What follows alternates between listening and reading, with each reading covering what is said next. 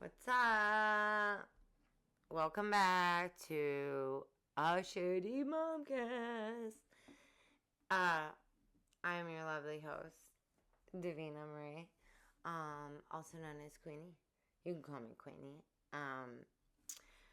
Today I want to talk a little bit about, I guess I'm going to go with the finding out and birth of my child that has a heart condition.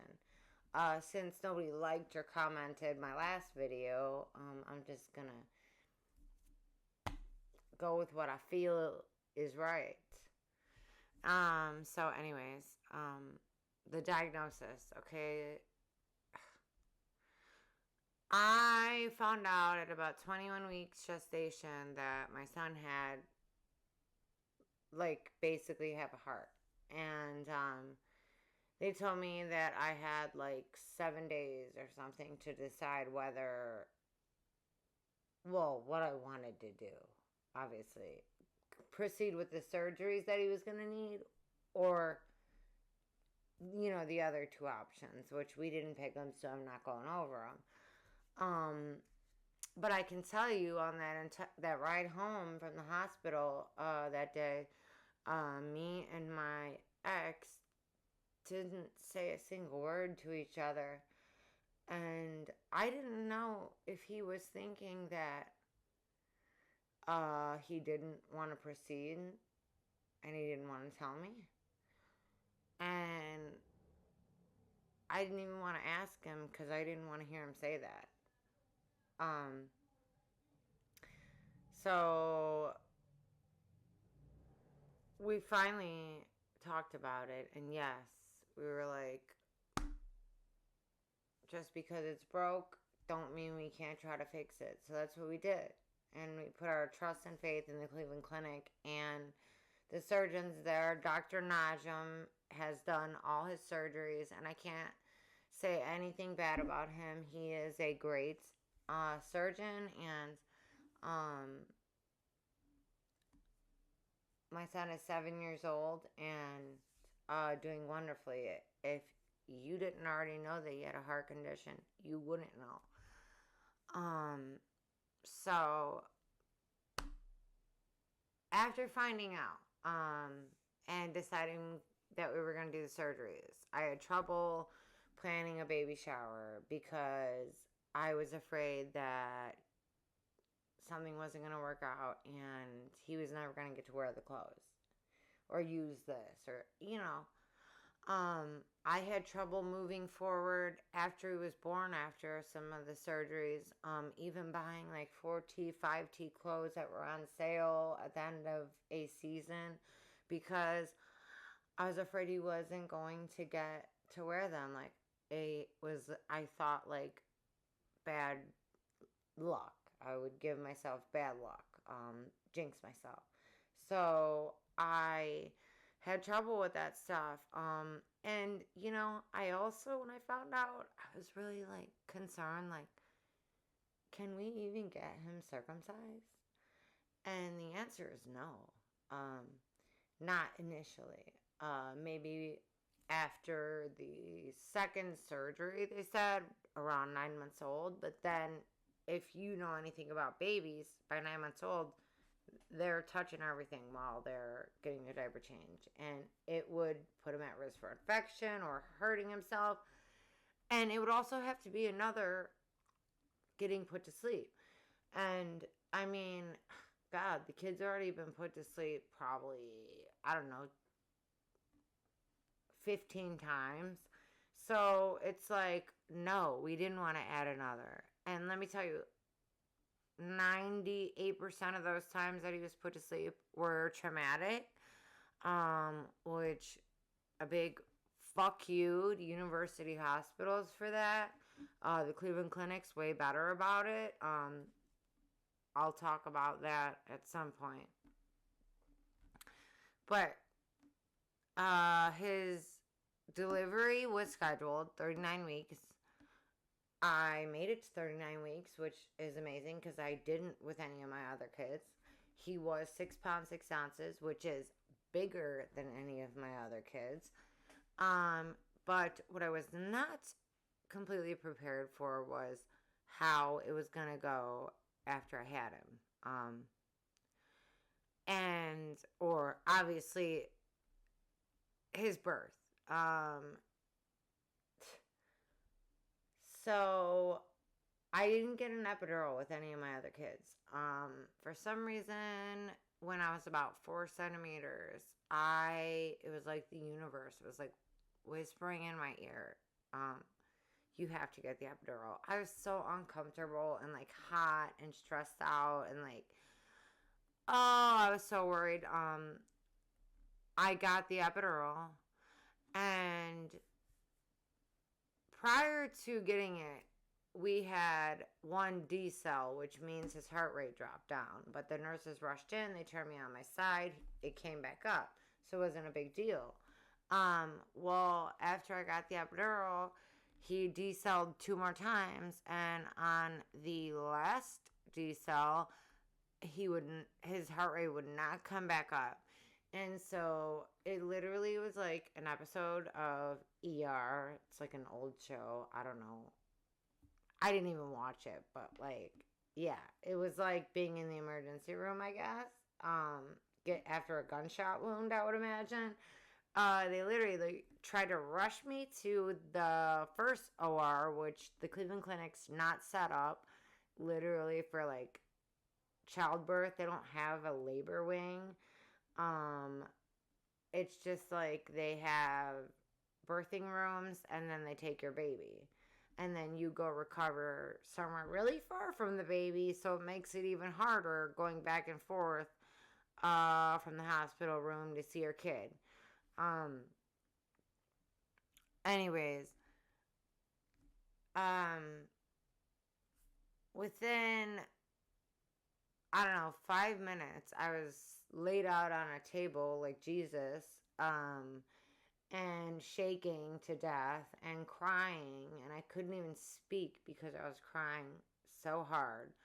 My ex was not allowed in the room either because it was emergency, and within 5 minutes, they had the baby out. And the problem was that his umbilical cord was tied around his belly, and knotted. So every time I'd have a contraction, it would tighten, and then his heart rate would go down. So that's why the emergency C-section. And if I wouldn't have got that epidural, I wouldn't have been able to see him till the next day because I wouldn't have been able to sit up. So that's a little strange. The first time I trust my gut ever. Seriously, though. And so they weighed him, and he was 6 pounds 6 ounces. Like I said, the biggest kid I had. I'm tiny. His dad is not really like that big of a guy. Height wise, he's only 5'8". So I'm 5'1" and like weigh 100 pounds. So like, I don't have big kids. And I was much older when I had DJ versus the rest of the kids, too. So I think that also played a part in how much he weighed. So everything was happening so fast. They brought him and showed him to me like this. I didn't get to do any skin to skin. They have to hurry up and rush him out and get him put on an IV through his belly button, of something called prostaglandin, and it helps keep the hole in the heart open, which most babies are born with a hole in their heart, but it closes. So this medication is to keep it open, because if it would have closed, he would have not gotten enough oxygenated blood to his organs, and he would have died. So that's why they do that. However, right before they left the room, I like screeched out to them, and they stopped. And I said, "Does he have any hair?" Because my ex is like dark skinned and like dark haired, and I just thought that he would have a head full of hair. And they pulled off his hat and he had none. And I started crying, bawling. Not at the fact that he didn't have any hair, because it was because that's how short of time I had to see my baby before they took it away, that I didn't even get to see his hair. I didn't even see his wiener. I mean, I know that's like might sound weird, but like I they just took him away and they wheeled me back into my recovery room, and I had already said, "Hey, I don't want nobody here." As soon as I knew they were taking me for a C-section, I was like, "Tell everybody to stop, put the brakes on. I don't want to see anybody," because I was crying so bad and so upset. But when I got back to the room, it was full of people. Obviously, my family and friends. There's probably like, I don't know, at least 8 of them. And I was like, oh, la, la, shaking like a leaf. And I came in crying, and my ex was like, oh my gosh, like thinking like the worst. And I was like, he doesn't have any hair. And he's like, what? And I'm like, he doesn't have any hair. And he's like, okay. But it wasn't the fact that he didn't have hair. It's the fact that I didn't even have time. I didn't even get that nothing with my child. That's why I was so upset. So they took him away, and gosh, it's set up so rough at the Cleveland Clinic. It's so far that you have to be going to see the baby to where your room is. And I was pumping because they said I wasn't allowed to feed him right away. And so this leads me to my first argument. And I don't even know if this could have caused some of his issues now that he has.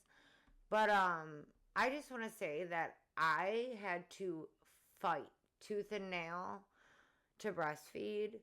I had to force them to let me breastfeed him.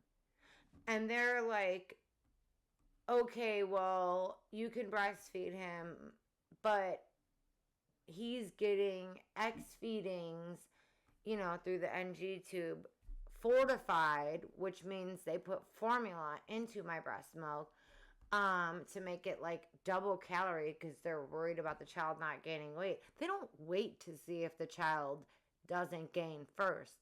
They just treat them all the same, right?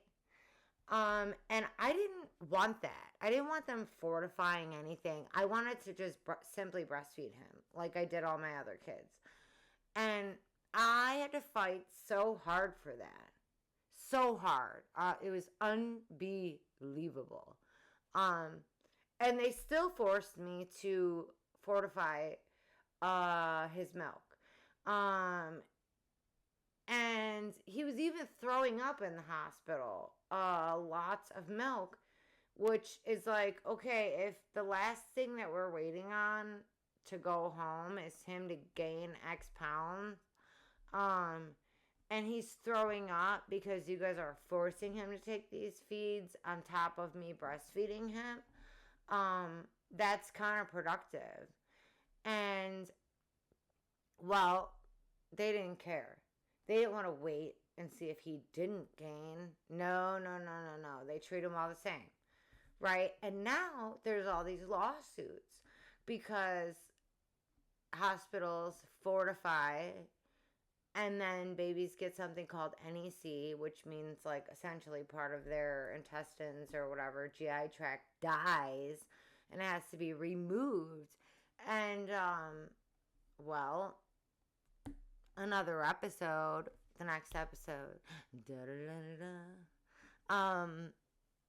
that's another episode, but they basically told me that when I took him home, if I didn't fortify his bottles X times a day, that they would readmit him if he didn't gain. And it was almost like, A, they owned him, and B, they were threatening me. And that sucked. Just to breastfeed? Like, ridiculous. And so 4 days old is when he had his first surgery. And gosh, I hadn't held him yet. Obviously they're like got lots of like connections and like wires and whatever. And the nurse was like, "Oh my gosh, you haven't held him yet?"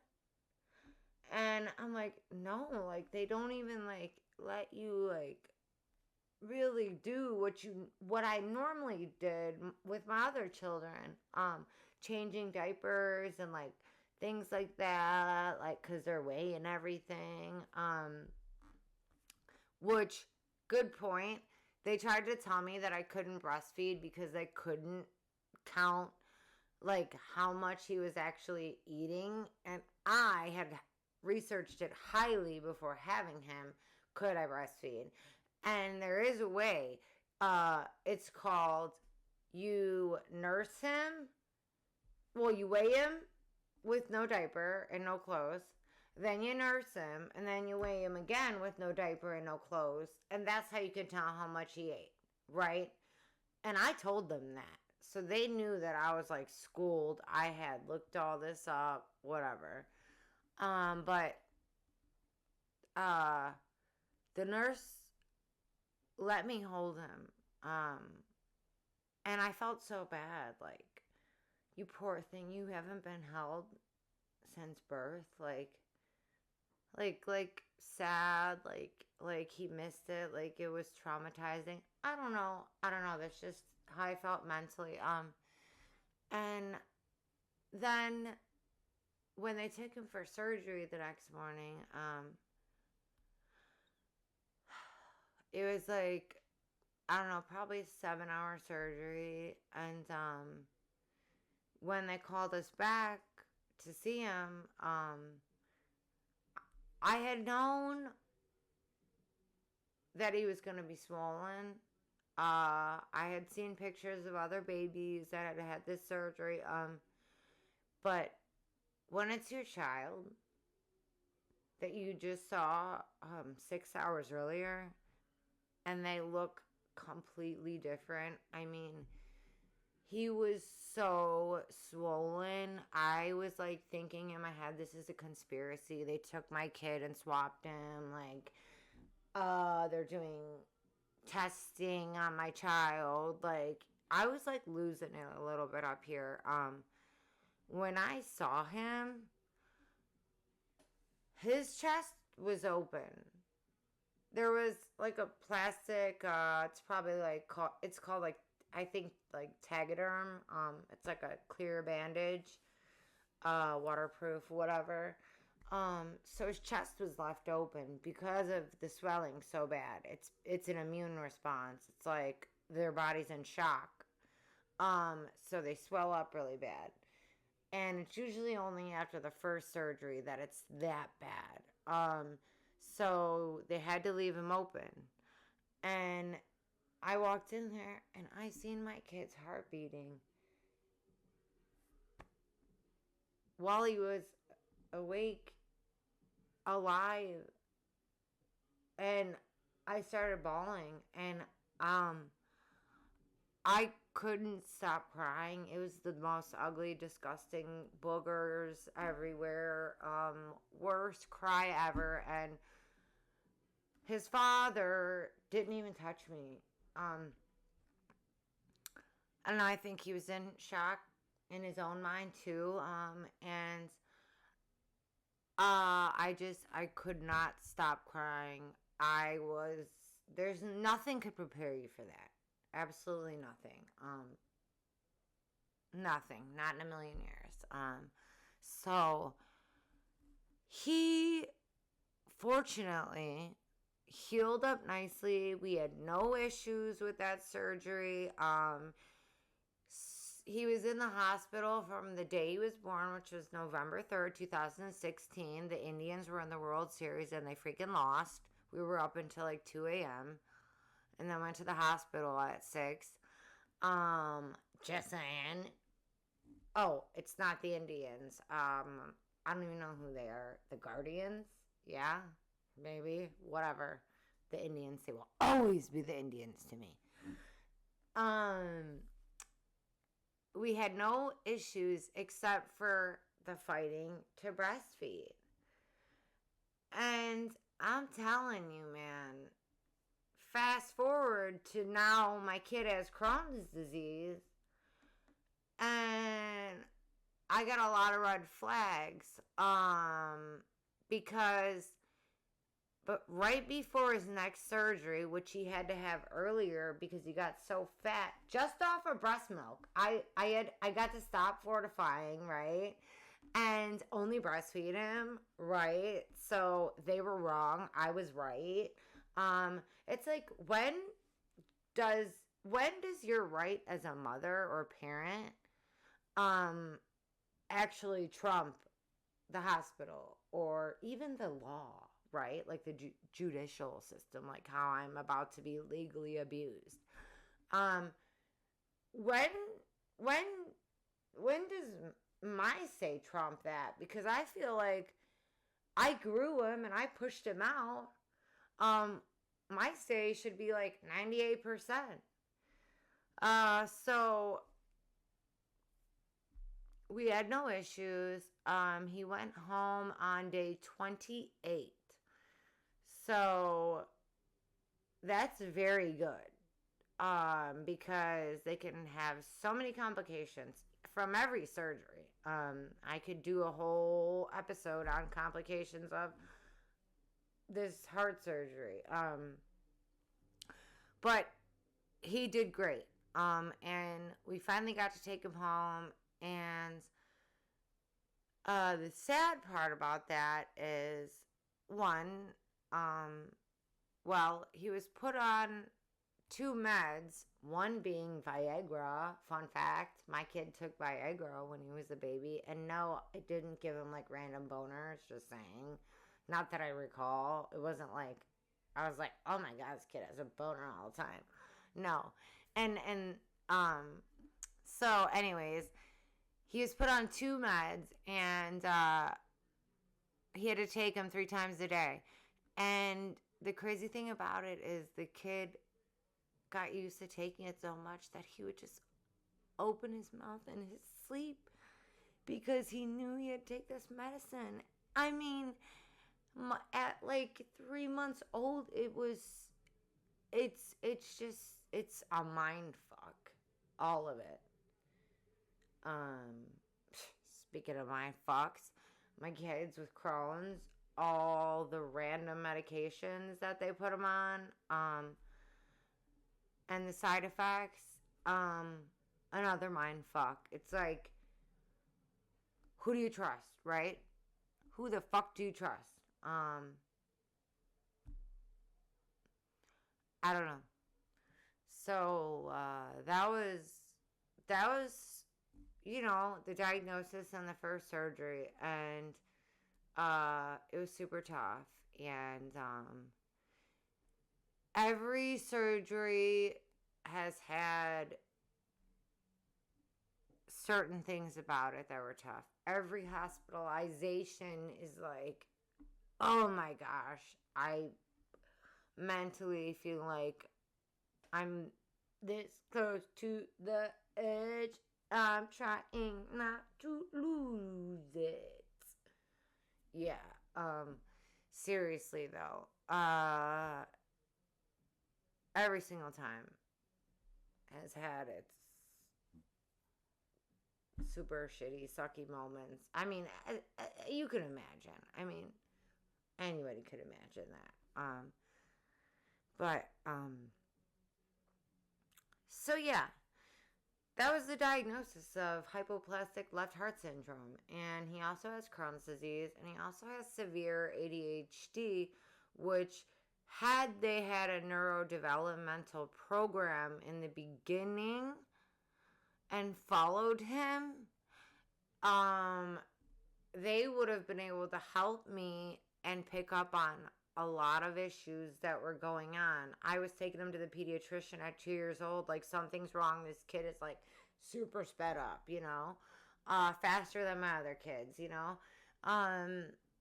and they don't do anything until they're 5. Well, if he had been followed by neurology, maybe they would have had like a heads up on this, because we've had a neuropsych eval, and yeah, ADHD so bad that it's a learning disability.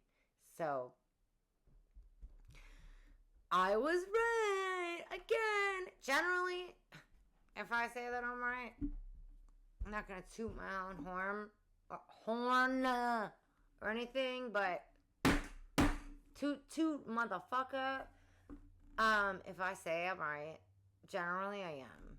So I wish my kids would listen more, because they always end up like, Mommy, you was right. So, okay, that's all I got for this episode. I could go on and on and on and on and on and on. This is a song that doesn't end. Yes, it goes on and on, my friend. Thank you for listening. Please like, subscribe, comment what you want to hear me talk about. It literally could be anything, like anything, unless it's like, stuff, bad stuff. Then like, no, we ain't going there. It's not the purpose. But I thank you for listening to Shady Momcast, and I'll see y'all again next time.